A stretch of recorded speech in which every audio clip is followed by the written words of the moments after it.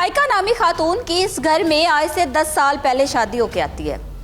2 इनके बच्चे होते हैं और 8 साल तक शादी चलती रहती है। 8 साल बाद साइका अचानक पुरस्रार तौर पर बच्चों समेत गायब हो जाती है। पता चलता है कि आशना के साथ भाग गई है।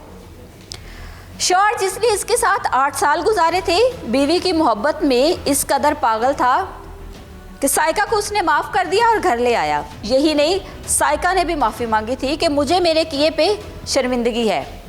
2 साल तक फिर रिश्ता चलता रहता है। 2 साल बाद अचानक फिर साइका बच्चों समेत दोबारा घर से भाग जाती है। और भागती किसके साथ है?